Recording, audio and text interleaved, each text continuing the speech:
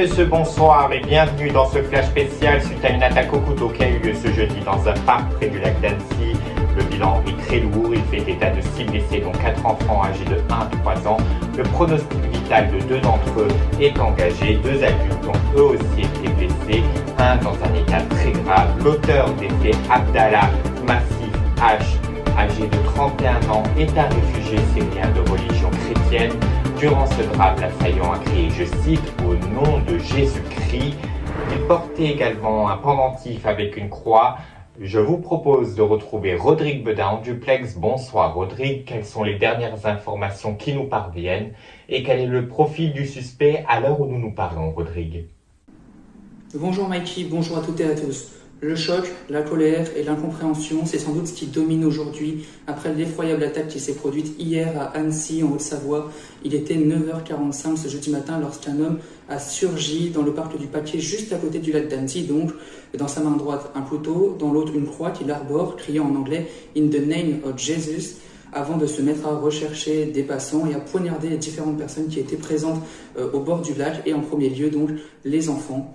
La scène n'aura duré que 4 minutes, si on peut dire ça comme ça. Premier appel au secours à 9h41 et interpellation de l'assaillant à 9h45. Mais le bilan est quand même dramatique puisque l'attaque a fait 6 victimes, dont 4 enfants. Ce sont un frère et une sœur de 2 et 3 ans, un autre enfant anglais âgé de 2 ans, un enfant néerlandais âgé de 22 mois et un homme âgé de 78 ans. Tous étaient en urgence absolue après le drame, mais il y en avait un autre homme qui était lui en urgence relative.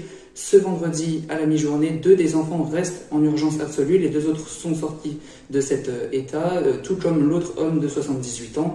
À noter également que l'on peut ajouter une 7e personne qui a été blessée, c'est l'assaillant, mais qu'évidemment on ne compte pas dans les victimes. Cet homme a été interpellé, il est actuellement en garde à vue, celle-ci ayant été jugée compatible avec son état de santé.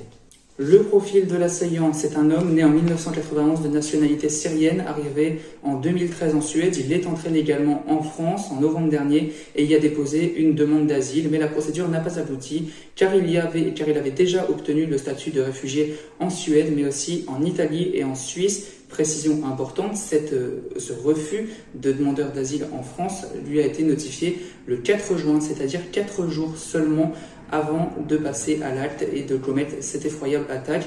Le suspect est un sans domicile fixe qui n'a ni antécédent judiciaire ni antécédent psychiatrique.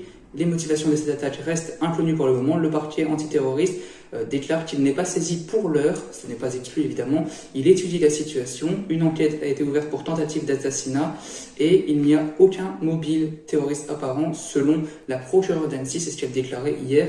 Le suspect va être entendu sur ses motivations qui restent donc encore aujourd'hui à déterminer.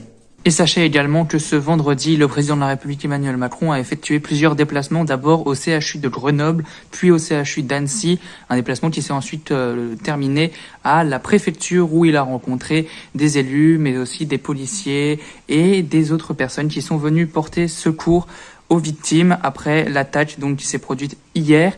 Sachez qu'un moment de recueillement a été annoncé par le maire dimanche à 11h et qu'une conférence de presse se tiendra ce samedi à la mi-journée par la procureure pour donner les dernières informations. Merci beaucoup Rodrigue. Juste après ce drame, plusieurs réactions ont eu lieu. La première ministre Elisabeth Borne et le ministre de l'Intérieur se sont rendus sur place en milieu d'après-midi. Elisabeth Borne parle du temps de l'émotion après ce drame et exprime tout son soutien et la solidarité de la nation.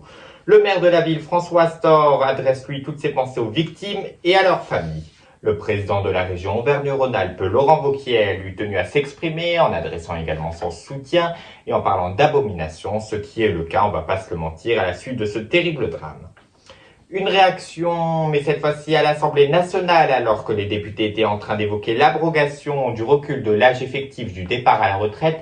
Mathilde Panot, présidente du groupe LFI, qui devait prendre la parole, a tenu à dire quelques mots sur ce drame et a joint l'émotion de son groupe. Immédiatement à la suite, 1 minute de silence a été prononcée dans l'entièreté de l'hémicycle. Je vous propose de regarder ces quelques images. Mon rappel au règlement, et j'imagine que toute l'Assemblée s'y associe, je voudrais dire l'émotion de mon groupe face à l'attaque au couteau et aux 6 enfants en bas âge qui ont été blessés à Annecy.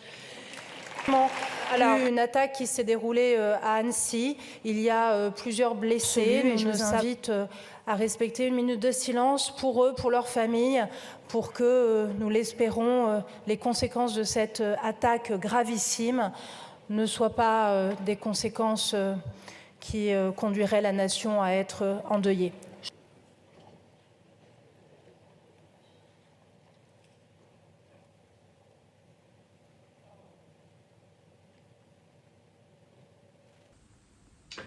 Et voilà donc pour ces quelques images, et voilà ce que nous pouvions dire également ce soir à la suite de ce drame, et vous pouvez suivre en intégralité sur notre compte Twitter les toutes dernières informations concernant cette attaque au couteau qui a eu lieu, je le rappelle, ce jeudi dans un parc près du lac d'Annecy. Le bilan en fait état de 6 blessés, dont 4 enfants âgés de seulement 1 à 3 ans. 3 personnes sont en urgence absolue. Je vous souhaite une excellente soirée malgré cette actualité qui, on le sait, est très difficile, et à bientôt sur Air. Retrouvez toutes vos infos sur le site arainfo.fr.